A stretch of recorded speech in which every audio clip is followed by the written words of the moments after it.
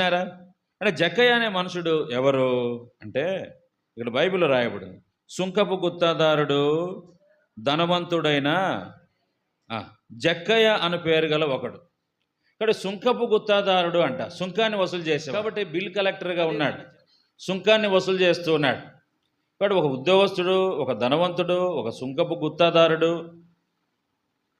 కాబట్టి జక్కయ్య అనే పేరు గల ఒక మనుషుడు. జక్కయ్య అంటే అర్థం ఏంటి? మధురము, మనోహరము అని అర్థం. కాబట్టి జక్కయ్య అంటే అర్థం మధురం, జక్కయ్య అంటే అర్థం మనోహరం. చాలామంది ఏం పేరు పెడతారు? మనోహర్ అని పేరు పెట్టుకుంటారు, మనోహర్ అని పేరు పెట్టుకుంటారు. చూసినారా? పేరుకు మనిషికి సంబంధం ఉండదు, పేరుకు మనుషుడికి సంబంధం ఉండదు. పేరు ఒకటైతే జీవితం వేరుగా ఉంటుంది కదా, రాత్రి పగల్లాగా. కాబట్టి